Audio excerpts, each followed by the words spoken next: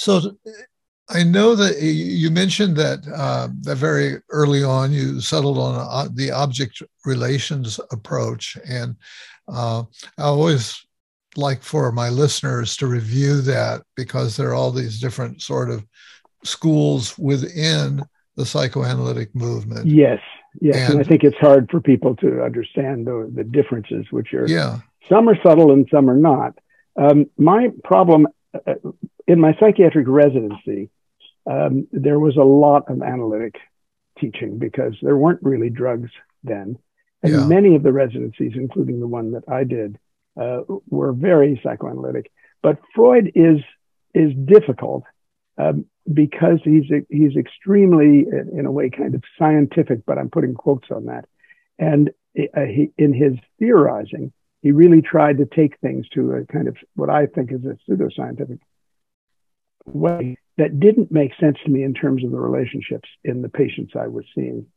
And in my third year of training, which was a year of child psychiatry training, we had a seminar with a guy named Leonard Friedman, who spent a year at the Tavistock. And he introduced all of the residents and child fellows to British object relations thinking, and it just suddenly clicked. yeah, And I thought, this makes so much more sense. Now, Freud was a wonderful theoretician, and I'm absolutely not knocking Freud. But what he didn't know about was, theoretically, he didn't know about the quality of relationships and their importance throughout life from the beginning. He knew about it clinically.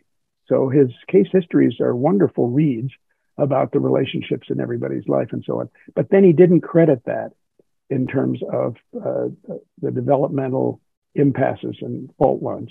And so when I heard about this stuff from Len Friedman, I thought I need to go there.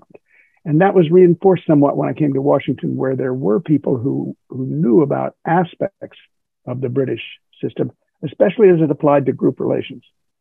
So there was a wonderful woman named Margaret Riak who brought psychodynamic group relations to the United States. Mm-hmm.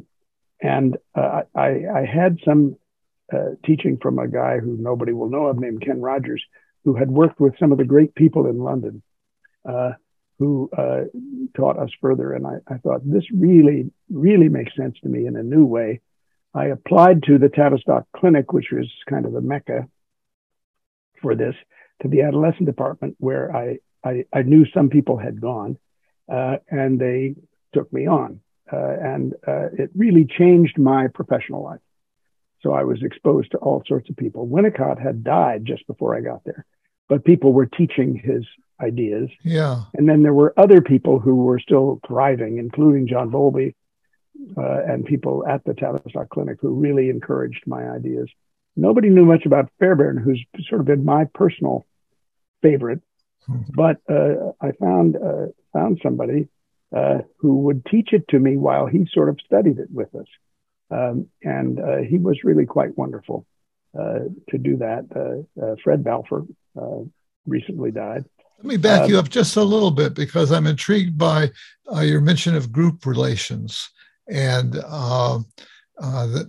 my own graduate career at the time, I was very much into what were called T groups, which, yes. And I think that came from Tavistock. I'm not sure. Not the T groups. I don't know quite where T groups came from. The Tavistock model of group relations is somewhat different, and it's based really on Bion's thinking about the unconscious organization of group life. Uh-huh. So they did do a lot of group training that was a different model, but it certainly was at a time when groups had kind of been discovered, and discovered to be very, very powerful.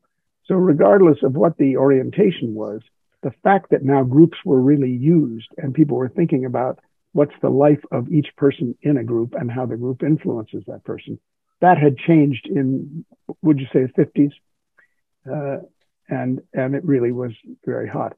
The group relations model is a very well thought out one that my wife Jill and I then used in school research that we were both conducting in separate years in London, and then we used it to model the training we've developed in our own institution.